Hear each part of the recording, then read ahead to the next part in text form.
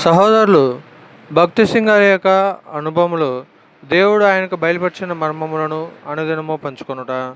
దైవ మర్మములు. నేను సాత్వికుడును దీన మనసు గలవాడును గనుక మీ మీద నా కాడి ఎత్తుకొని నా యొద్ద నేర్చుకొనుడి. మత్తయి 11:29.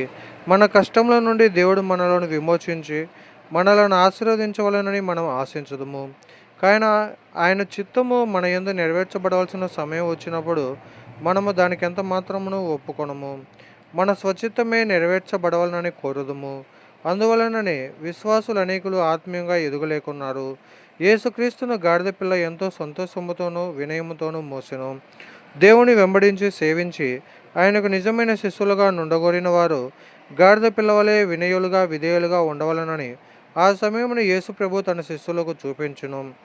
స్వాభావికంగా ఆ గాడిద పిల్ల చాలా మూర్ఖత్వము గలదైనను దేవుని సన్నిధిలో సంపూర్ణముగా వినయ విధేయతలు కలిగి ఉండెను. మనమందరమును చాలా మూర్ఖులము.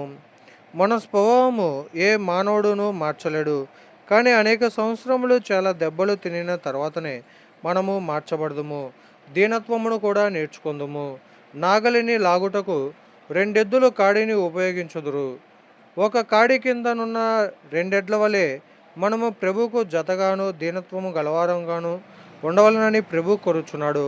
ఎఫెసీ 4:2 2-7 మొదటి పేతురు 5:5 6 ఫిలిప్పి 2:5-8 వినయము సాత్వికము రెండును ఎల్లప్పుడూ జతగా ఉండును. మనలో అనేక రకములైన గర్వములున్నవి కనుకనే ప్రభువునకు లోబడుకున్నాము.